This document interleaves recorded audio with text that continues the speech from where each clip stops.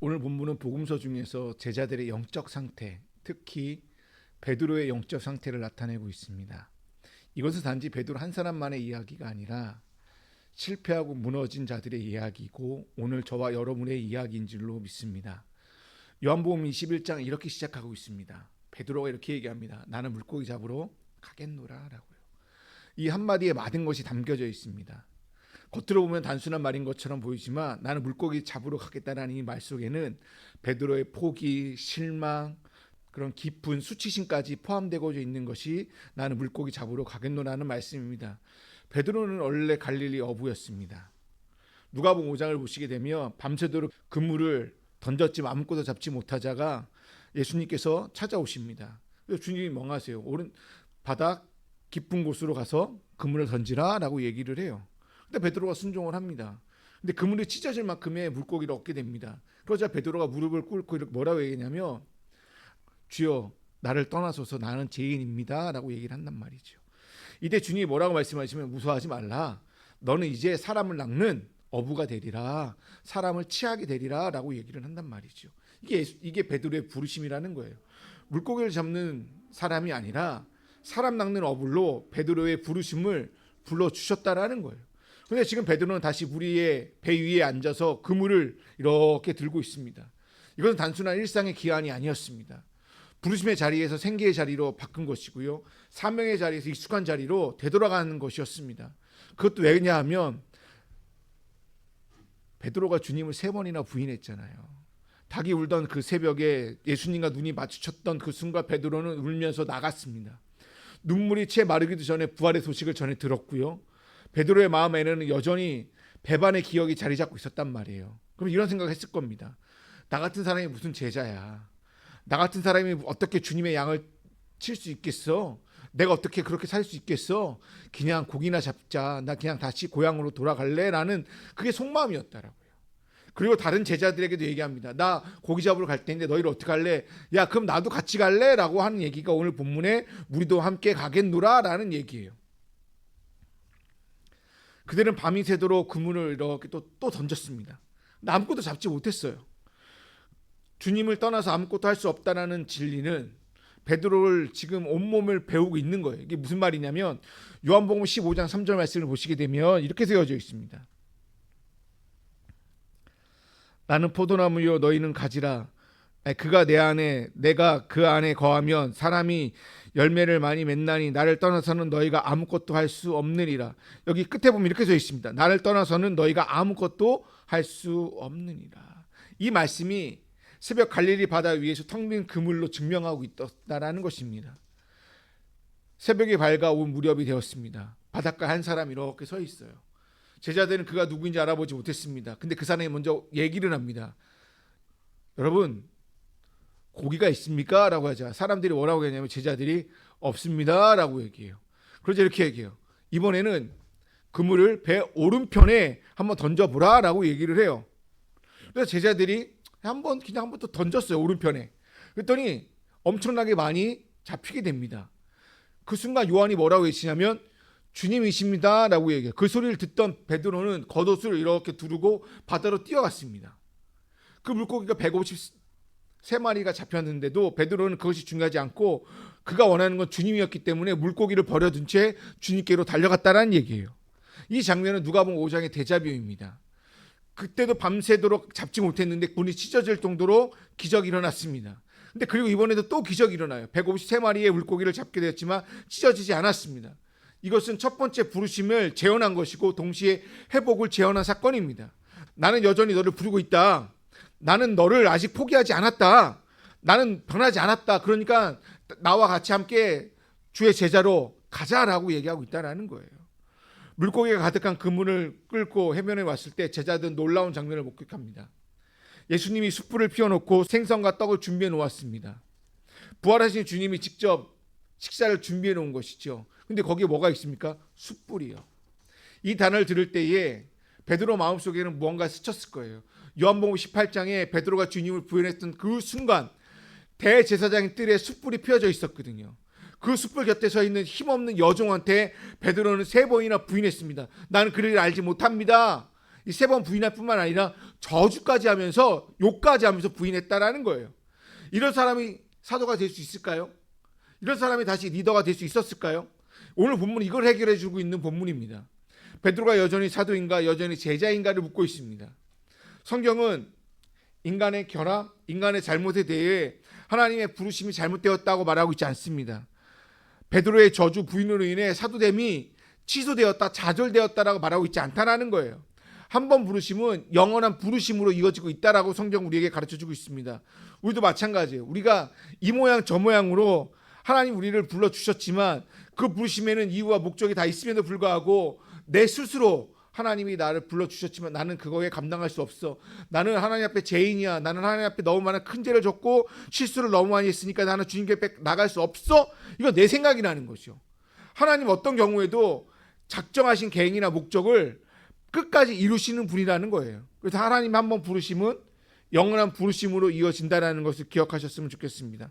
그렇다면 본문에 나오는 숯불의 의미가 무엇일까요? 이 숯불이라는 헬라어 단어가요, 성경에 2번 나와요. 하나는 한 번은 배반의 자리에서 한번 나오고요, 한 번은 회복의 자리에서 한번 나옵니다. 주님은 우연히 숯불을 피운 게 아니라는 거예요. 베드로를 기억의 자리로 끄집어내는 거예요. 끄집어내서 뭐 하려고요? 네가 예전에 나를 이렇게 저주하였지, 나를 부인하였지, 이렇게 심판하고자 하는 것이 아니라 괜찮아, 괜찮아, 회복하기 위해서요. 그리고 떡과 물고기를 먹입니다. 여러분, 떡과 물고기, 베드로에게 이 장면은 오병이라는 이 사건이 각인되어져 있습니다. 주님 이 시사들을 통하여 무언가를 말하고 싶은 거예요. 야, 먹자, 배불리 먹자라는 게 아니라 과거에 너랑 나랑 우리 오병화 사건 있었잖아. 이걸 한번 너 앞으로 재현해 볼래? 너 앞으로 사람들을 먹이는 사역을 해봐. 내가 이렇게 내가 5천 명을 먹였던 것처럼 너가 세상의 영혼들에게 영적인 양식을 먹이는 자로 그 사역을 감당할 수 있겠니? 라고 떡과 물고기를 숯불에 구워 주었다라는 거예요. 예수님이. 주님은 식사로 제자들의 마음을 이렇게 여셨습니다. 책망이 아니었어요. 정죄가 아니었습니다. 먼저 먹이셨습니다. 먼저 품어주셨고 그 다음에 말씀하셨습니다. 뭐라고요? 나는 살아있다. 그러니 너희도 살아있는 사역을 나와 함께 하자라고 말씀하고 있다는 거예요. 식사를 마친 후에 이제 우리가 잘 알고 있는 베드로에게 3번을 묻습니다. 요한의 아들 시몬아, 내가 이 사람들보다 나를 더 사랑하느냐? 2번째, 3번째 똑같은 질문을 하세요. 근데 3번째 질문에서 멈춥니다. 베드로가 예수님을 몇 번 부인했죠? 3번 부인했기 때문에 예수님도 3번 딱 물어요. 3번 부인, 3번 질문. 이것은 뭐예요? 상처를 건드리는 것이 아니라 예수님이 치유하고 싶은 거예요. 근데 이 질문에 의도가 있습니다. 내가 이 사람들보다 나를 더 사랑하느냐? 이 사람들보다, 이 사람들 옆에 주변에 있는 또 6명의 제자들이겠죠. 다른 이 사람들보다 더 사랑하느냐라 해석할 수 있겠지만 헬라어 언어로 보게 되면 이것들보다, 그러면 뭐냐? 주변에 있는 거. 너가 예전에 배와 그물을 버렸던 것들 다시 배와 그물을 버릴 수 있겠느냐? 물고기, 생계, 고향의 삶, 이 모든 것을 너가 이것을 다 버리고 나를 더 사랑할 수 있겠니? 라고 질문하고 있다는 거예요. 주님은 베드로의 마음의 중심이 어디에 있는지 지금 물어보고 있습니다. 마태복음 22장 37절 우리가 잘 아는 말씀인데요. 내 마음을 다하고 목숨을 다하고 뜻을 다하여 주 너의 하나님을 사랑하라는 이 말씀, 첫 번째 되는 말씀, 가장 큰 계명을 베드로에게 지금 묻고 있는 거예요. 너가 나보다, 너가 이 배보다, 그물보다, 생계보다, 안정보다 나를 더 사랑할 수 있겠니? 라고 묻고 있다는 거예요. 베드로는 대답합니다. 네, 주님 아시지 않습니까? 제가 주님을 얼마나 사랑하시는지. 그런데 아까 성경 말씀 읽을 때 특이한 게 있었는데요. 첫 번째, 두 번째 질문할 때는 베드로가 아무런 반응이 없다가 3번째 똑같은 질문을 할 때 베드로가 근심하였다라고 되어져 있어요. 이 단어가 그냥 스쳐가는 단어가 아니라 베드로는 단순히 당황한 것이 아니에요. 이 근심이라는 단어가 깊은 슬픈 마음의 아픔을 뜻하고 있는 단어예요. 왜 3번째 질문에 베드로가 근심하였을까요? 바로 3번째라는 숫자 때문이라는 거죠. 3번 부인했기 때문에 3번 질문째에 베드로가 고민하는 거예요. 이 숯불 곁에서 3번 나는 그를 알지 못하노라 했던 그 목소리에 이제는 뭐라고 대답해야 되냐면 아닙니다 주님, 내가 모든 것을 주님 아시지 않습니까? 제가 주님 얼마나 사랑하시는지 이렇게 대답할 수밖에 없었다라는 것입니다. 주님은 이 3번째 질문을 통하여 베드로에게 2가지 명령을 하십니다. 그게 뭐냐면 첫 번째, 내 양을 먹이라라는 거예요. 여기서 내 양이래요. 베드로의 양이 아니에요. 예수님의 양이에요. 목자의 자리는 양들의 주인이 되는 자리가 아니라 참 목자이신 예수님을 대신하여 양을 돌보는 자리라는 거예요. 그 목양의 자리에 들어가기 필요한 것이 무엇이냐면 바로 사랑이라는 것이죠. 아가페적이고 희생적인 사랑이 필요하다는 것입니다. 조건 없는 사랑, 주님을 사랑하는 그 사랑만이 바로 목양의 자세라는 거예요. 목양에는 기술, 전략, 능력이 필요한 것이 아니라 오직 사랑이 필요하다는 거예요. 주님을 향한 사랑이 너가 지금 나에게 있느냐? 있다. 그러면 너는 목자의 삶을 살 수 있다라는 얘기를 3번 연달아 지금 하고 있다라는 거예요. 2번째는 죽음으로 하나님께 영광을 돌리라라고 말씀하고 있는 거예요. 주님은 베드로에게 그의 미래를 말씀하셨습니다. 16절 말씀입니다. 내가 젊어서는 스스로 띠띠우고 원하는 곳으로 다녔거니와 늙어서는 내 팔을 벌리리니 남이 내게 띠띠우고자 원하지 아니하는 곳으로 데려가리라. 남이 내게 띠띠우고 원하지 아니하는 곳으로 데려가리라. 이게 무슨 말이에요? 순교하겠다는 얘기예요. 사도 요한이 이걸 순교로 그 다음 구절에 설명해 놓았다라는 거예요. 우리가 잘 아는 것처럼 베드로 어떻게 해요? 십자가에 거꾸로 달려서 순교하며 죽었습니다. 이 죽음조차도 하나님을 영화롭게 하는 통로로 사용하겠다라는 거예요. 너희가 너 순교할 거지만 그 순교를 통하여 너의 부르심은 영광의 부르심이 될 거다라고 예수님은 우리 베드로에게 말씀해 주고 있다라는 거예요. 이 말씀이 끝난 후에 주님은 한 번 더 뭐라고 얘기하시냐면 나를 따르라라고 얘기를 하고 있다라는 거예요. 베드로가 지금 처음 갈릴리 바닷가에서 그물을 내려놓고 주님을 따랐던 것처럼 너가 또 한 번 나를 따를 수 있겠니? 라고 지금 묻고 있다라는 거예요. 이 부르심에는 과거의 실패의 부르심이 아니라는 거예요. 넘어진 자의, 부인한 자의, 포기하고 돌아간 자의 부르심이 아니라 다시 한번 해보자라는 거예요. 넘어졌냐? 너가 날 부인했니? 포기하고 돌아섰냐? 괜찮아. 괜찮으니까 그 부르심에 내하고 나와 함께 가자라는 이 부르심이라는 거예요. 그러니까 베드로의 실패를 위해 부르심이 아니라 베드로의 성공을 위하여 주님께서 다시 부르시고 있다는 것입니다.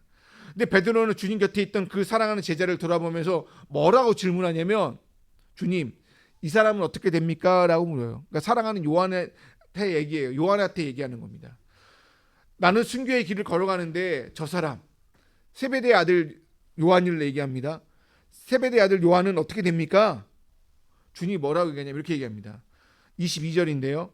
내가 올 때까지 그를 머물게 하고자 할지라도 내게 무슨 상관이냐? 너는 나를 따르라. 이게 무슨 말이냐면 야 베드로야, 다른 사람의 길을 보지 마. 비교하지 말어. 오직 주님만 바라보고 따르면 돼. 이것이 회복하는 길이야. 남을 바라보는 시선을 거두어 오직 주님을 향해 다시 돌아가는 것, 이것이 진정한 회복이니 너는 나만 바라보면서 가라. 이 사람의 길은 이 사람의 부르심이 있는 거야. 너는 너의 부르심을 걸어갔으면 좋겠어 라고 예수님이 말씀하고 있다는 거예요. 사랑하는 여러분, 우리 중에 베드로 같은 사람이 없겠습니까? 한때 뜨거웠다가 지금은 식어버린 사람도 있을 것이에요. 큰 실수를 하고 나서 스스로 부끄러움 자리 잡은 사람도 있을 것이고요. 나 같은 사람이 어떻게 주님을 섬기겠어? 라고 말하는 사람도 있을 거예요. 많아요. 저도 그래요. 저도 매일매일 삶 속에서 나 같은 사람이 무슨 목자야, 나 같은 사람이 무슨 목사질을 할 수 있어? 라고 생각할 때가 너무나도 많다는 거예요. 일주일 동안 그런 삶을, 특히 이번 주는 일주일 동안 그렇게 많이 고민했던 것 같아요. 아, 너무나 부족하다. 내가 너무나 이건 아닌 것 같다 하면서 자꾸 익숙한 자리로 돌아가려는 거죠. 익숙한 자리가 어디냐면 내 침대예요. 침대에 자꾸 누워 있는 거예요. 그냥 핑계 대는 거죠.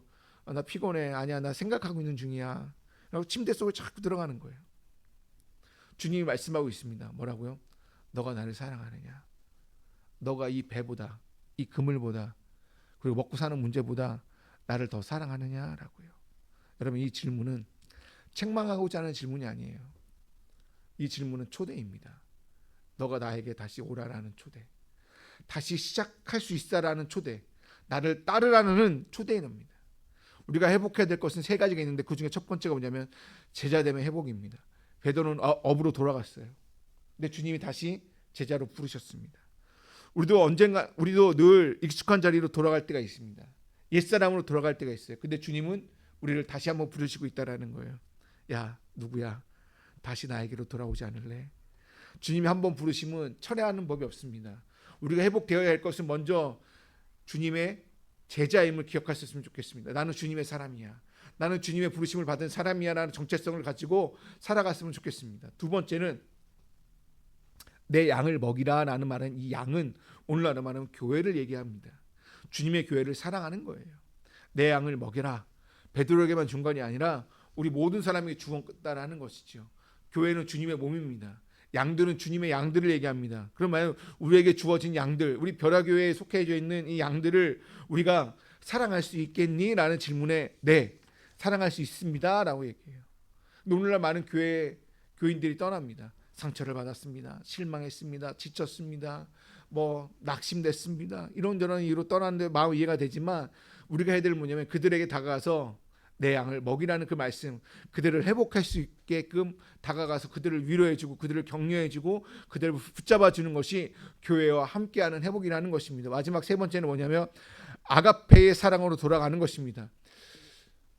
예수님이 사랑하느냐를 계속 물어요. 근데 이 헬라어가요, 아가파오라는 아가페의 단어이거든요. 근데 베드로가 대답할 때 첫 번째와 두 번째는 필레오, 친구 간의 우정의 사랑으로 대답만 해요. 근데 예수님이 자꾸 베드로가 아가페의 사랑을 얘기하는 게 아니라 친구의 우정, 필레오의 사랑을 얘기하다 보니까 세 번째 질문할 때는 바꿔요, 단어를.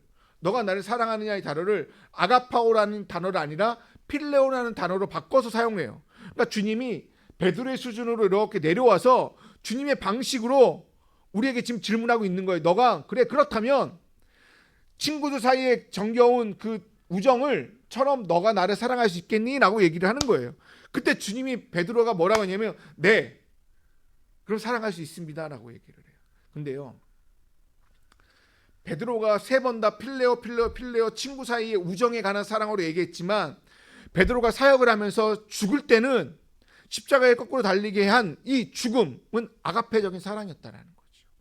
그러니까 결국은 베드로의 이 사랑은 내가 말할 수 없는 필레오적 사랑이지만 결국 그가 부활의 주님을 만나고 성령을 만나고 나서부터는 아가페적인 사랑으로 계속 변화되어서 죽었을 때는 십자가에 거꾸로 달리게 한 아가페적인 사랑으로 그가 자라나게 되었다는 것을 우리가 기억했으면 좋겠습니다.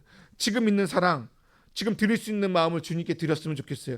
이것이 아가페냐 이것이 필레오냐가 중요한 건 아니라 내가 지금 할 수 있는 만큼의 사랑을 하나님께 드렸으면 좋겠습니다. 이제 말씀을 마치겠습니다. 베드로는 성령을 받아 완전히 다른 사람이 되었습니다. 사도행전을 보면 예루살렘 한복판에서 담대하게 설교했습니다. 뭐라고? 너희가 십자가에 못 박은 이 예수를 하나님이 주와 그리스도가 되게 하셨느니라 라고요. 그러자 3,000명이 회심하게 되었고요. 베드로는 감옥에 갇힌 적도 있었고요. 채찍질을 당한 적이 있었습니다. 그래도 괜찮았어요. 그래도 기뻤어요. 마지막 거꾸로 십자가에 순교할 때도요, 하나님께 영광이라고 외치면서 돌아갔습니다. 무엇이 베드로를 이렇게 바꿔놓았습니까? 부활의 주님을 만났기 때문에. 자기가 그 부활의 자리에서 도망갔다가 생계 자리에 있다가 숯불을 피워놓고 기다렸던 주님을 만났기 때문에, 주님이 먹이시고 물으시고 부르셨던 그 자리에 있었기 때문에, 그래서 나를 따르라는 그 말씀을 내가 들었기 때문에 바로 베드로가 바뀔 수 있었다라는 거예요. 우리에게도 똑같다라는 거예요. 우리도 언제든지 무엇을 실패하거나 하나님 앞에 죄를 짓거나 성도들 앞에서 실수를 할 때는 얼마든지 돌아갈 수 있다라는 거예요. 어디로? 옛사람의 모습으로. 근데 주님이 나에게 찾아와서 물습니다. 너가 나를 사랑하느냐?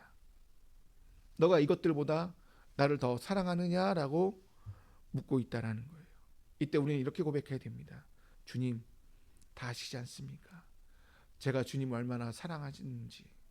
이 고백 하나가 회복의 시작이 되는 것이고, 이 고백에서 다시 제자의 자리로 나가게 되는 것이고, 이 고백에서 다시 부르심이 시작되었다는 걸 기억하시면서 나를 따르라는 그 말씀에 순종하며 나가는 저와 여러분이 다 되시기를 주님의 이름으로 축원드립니다.